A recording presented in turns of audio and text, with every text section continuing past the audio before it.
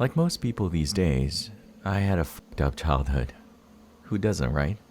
My father took off before I was born, and my mother was left to care for me on her own, a skill she was sorely lacking. My mother slipped right back into the drug-addled party lifestyle she'd enjoyed before I was born, and it soon turned our two-bedroom apartment into an opium den. For the first 5 years of my life, I walked around in a confused, terrifying mist. The smoky air would flood down the hallway from our living room and slip under my bedroom door. It always seemed to linger for days. I know now that my mother wasn't a bad person, just a victim of her addictions. When she did have spare money, she would put food in the house or buy me clothes from Goodwill.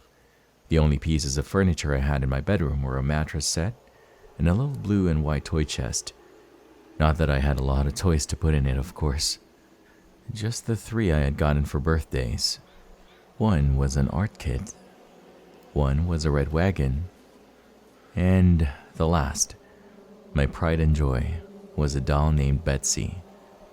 Betsy was my best friend. We would have imaginary tea parties together, sleep together, and even take baths together. Sometimes I even remember her voice. When I thought back on my conversations with the doll in adulthood, I realized that I was likely suffering from delusions, thanks to the always present butts of smoke that laid claim to the dingy hallways and drafty bedrooms of our small apartment. Still, I remember the sound of her voice, a pleasant tinkling lilt that was almost always coupled with a raucous giggle. I also remember the things that she said to me and the things she wanted to do. She asked me to steal, usually food or pens and pencils. She wanted me to bring her forks and knives and hit the bad man who slept on our couch. It was always something and I would always get in trouble. But she wouldn't. When I told my mother who had put me up to these games, she would scoff and shake her head. She never believed me. Adults never do. Around my 6th birthday, I asked my mom for a birthday party. I wanted to invite the mean girls from school and serve them cake and ice cream to make them like me. I remember standing in the kitchen that day with such hopes, having just asked the most important question of my entire life.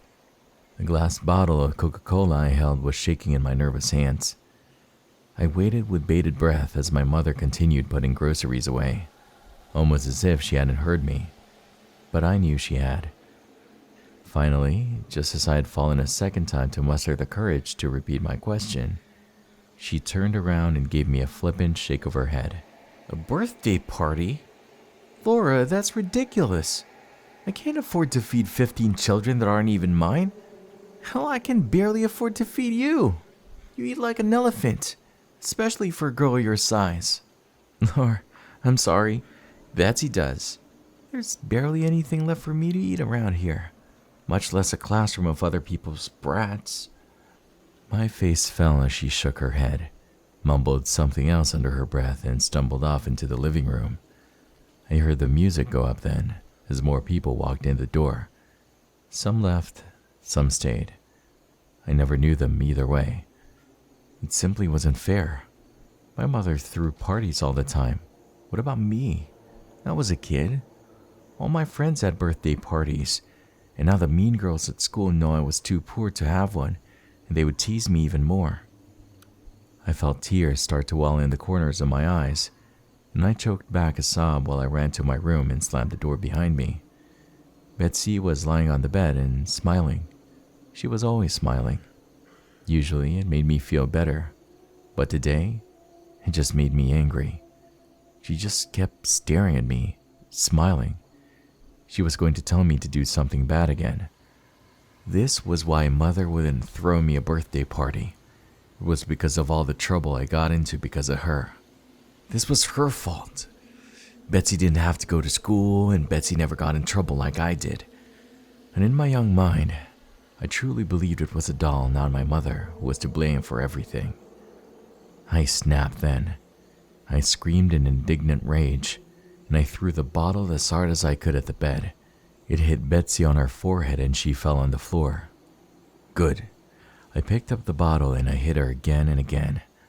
I thought I heard her laugh and I hit her harder. Then I laughed. When my rage was spent, I dragged Betsy to my toy chest and threw her in. I slammed it shut and kicked the chest against the wall. I never want to see Betsy again. Ever. I never owned another doll after Betsy. About a week later, the police came, and 2 nice ladies took me to live in a new home in a new state, with food and toys and no drugs. The trunk went into storage, and the wagon disappeared. I never saw my mother again. As I got older, my foster parents admitted she was in jail doing 25 years. That was fine with me. I felt nothing for her anyway. I still had nightmares because of my life with that woman, but then slowly, I began to heal. I focused on doing well in school, and I ignored my mother's letters from prison. She reached out to me several times in my 20s as well, but I always declined her calls. That is, until this morning. I'm 30 now, with my own children and a loving, honest husband. I have a beautiful house, 2 dogs, and a career as a social worker trying to make a difference for kids who had it bad like me. I'm happy, I'm steady, and I'm content. So when I got a voicemail from my mother informing me she had been paroled and that she wished to speak, I decided to let her say her piece. Since the kids went home from school, I went into our shed in the backyard to return my mother's call. The shed was the children's domain and they used it to play in the summer. I sat on my old toy chest, which was currently being used as a tea party table, and dialed the number she had left me. 3 rings. Hello? Laura? Hello, Mother. How are you? Oh, Laura, thank you for speaking to me. I know you have your own life now and a family. I would love to meet them someday. I just wanted to tell you how sorry I am for everything. Mother, you're not meeting my kids. Ever. And since you called me, I am going to say what I have needed to say for years. The opium, the heroin, they destroyed you. And the worst of it is that you almost took me down with you. I was 5. That was no home for a child. Honestly, I'm surprised it took you so long to get caught. Laura, I know how it seems, but I honestly know nothing. Look, it hardly matters, and I do understand why you feel that way. Why you would hate me and not want me to meet your little ones. I learned a lot about forgiveness while I was away and just... Oh, Laura, I am so sorry about Betsy. Betsy? I paused, confused. Why would you care about her? I know, Laura. Believe me, I do. It was all my fault. The drugs, the partying, and Betsy. Oh, God. If I had only paid attention, if I had only known she's gone, it is because of me. As my mother began to cry, I tapped my fingers on the toy box, impatiently. The drugs had clearly fried her brain. Mother, I sighed. Why are you talking about Betsy? And why do you even care? I know where Betsy is. Right underneath me. What are you talking about, Laura? Oh, God, where is she? I shifted uncomfortably. Well, Betsy's in the trunk, where she's always been. There was a beat of stunning silence. What do you mean? Your sister's in the trunk. Sister? What the hell are you talking about? Back on drugs so soon? That's a record. Even for you. Betsy is a goddamn doll. I locked her in my toy box a few days before you got arrested for possession. Laura, oh God, no, no. Laura, what have you done? I wasn't arrested because of the drugs, Laura. I was arrested because of Betsy's disappearance. You always called her your little doll, but we thought you knew. Oh, God. We thought you knew, Laura. No. What have you done to my baby? My mind had gone blank, and with no emotion, I set the phone down next to me and stood up. I could hear the muffled sound of my mother's anguished cries and feel the dark clutch of possibility in my own chest. Memories were stirring in the back of my mind, threatening to flood forward into my consciousness.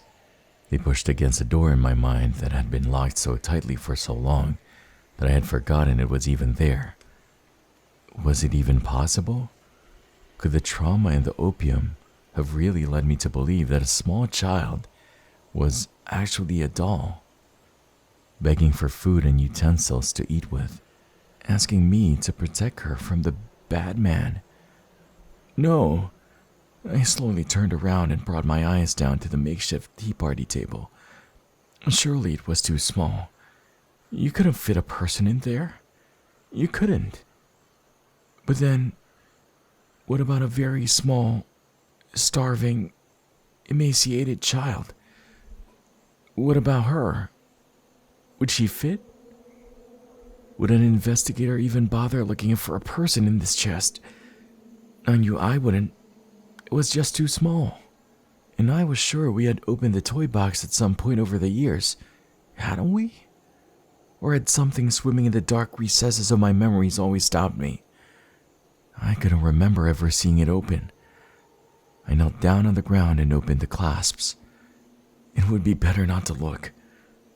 After all that I had overcome, this new life that I had earned for myself, it could all be undone by opening this toy box.